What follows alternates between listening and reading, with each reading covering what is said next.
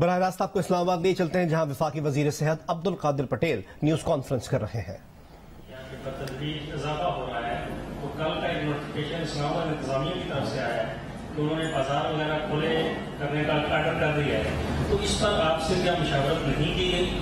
اور دوسرا یہ بتائیے گا کہ جس طرح آخری بار جب کووڈ آیا تھا تو پاکستان کے اندر وینٹیلیٹرز کی بہت زیادہ کمی ہو گئی تھی، تو اس کے بعد ایک ہنگامہ مچا، کروڑوں روپے کے وینٹیلیٹر خریدے گئے جو نہ آئے اور درمیان میں رہ گئے، کروڑوں روپے۔ اور آپ کی جو قائمہ کمیٹی ہے اب انہوں نے یہ کہا، انہوں نے ثابت کر دیا کہ یہاں کرپشن ہوئی ہے اور رہی، تو اس پر آج تک کوئی عمل درآمد نہیں ہو سکا، آگے وینٹیلیٹرز کے لیے کیا کرے گا؟ شکریہ سر، بہت اچھا سوال تھا آپ کا۔ پہلا آپ کے سوال کا حصہ تھا، دیکھیں بازار ہم نے بند نہیں کروایا ابھی بھی۔ جس طرح آپ نے کہا کہ اسلام آباد انتظامیہ نے بازار کھول دیے، تو بازار ہم نے بھی کوئی بند نہیں کرایا۔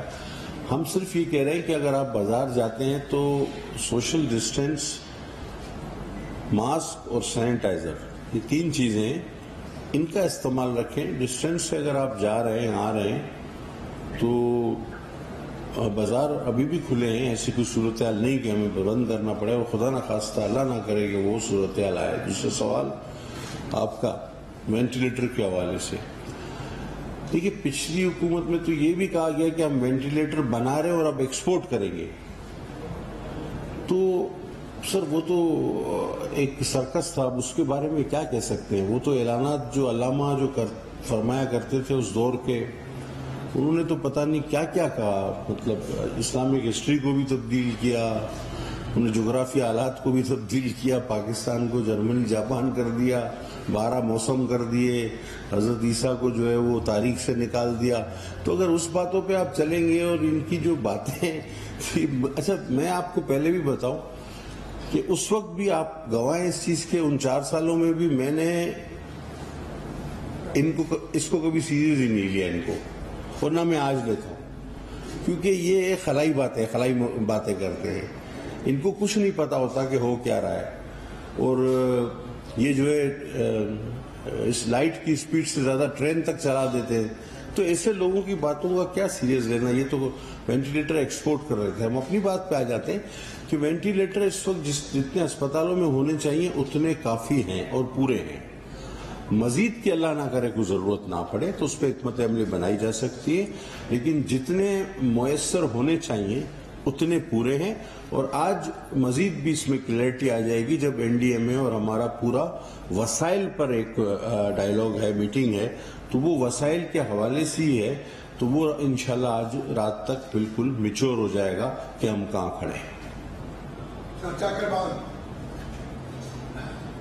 اجازت ہے جناب، سر یہ سیاکن نقوی صاحب ایک منٹ اور کربان ہو جائے، سیاکن نقوی صاحب صاحب سے اور ایکسپریس سے کراچی کے کیسز بڑھ رہے ہیں اور کیا وہاں پہ سمارٹ لاک کا سوچ ہے؟ کراچی میں ٹیسٹنگ جو ہے وہ اس کو بڑھانے کا ابھی بھی میری سیکریٹری سے کوئی 10-15 منٹ پہلے آنے سے پہلے بات ہوئی ہے، وہ بھی 11 بجے 11:15 وہ بھی ایک میٹنگ انگیج کر رہے ہیں۔ دیکھیے کراچی میں پرابلم یہ کہ آپ کو پتا ہے کلوز بڑا ایک گیدرنگ کا سما ہوتا ہے، بڑا کنجسٹڈ سٹی ہے، پاپولیشن بہت زیادہ ہے، تو ان کو ٹیسٹنگ بڑھانے کی ضرورت ہے۔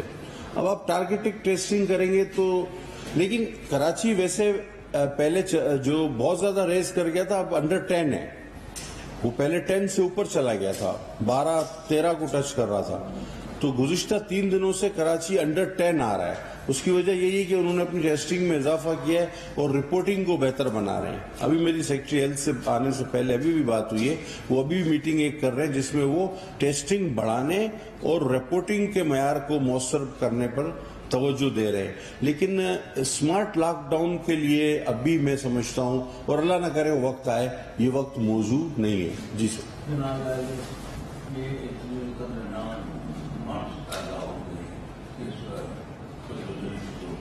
اس میں پہلی بات یہ ہے کہ آپ لوگوں کی طرف سے مسجدوں محلوں سے کیوں اعلان کروائے جاتے ہیں، ان کو کیوں نہیں تدابیر بتائی جاتی تاکہ وہ لوگوں کو بتائے جو مؤثر ذریعہ آپ کو۔ ٹھیک، میں ابھی بتاؤں۔ ٹھیک ہے جی۔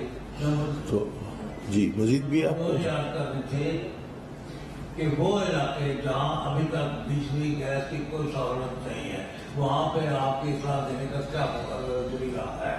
بہت اچھی بات.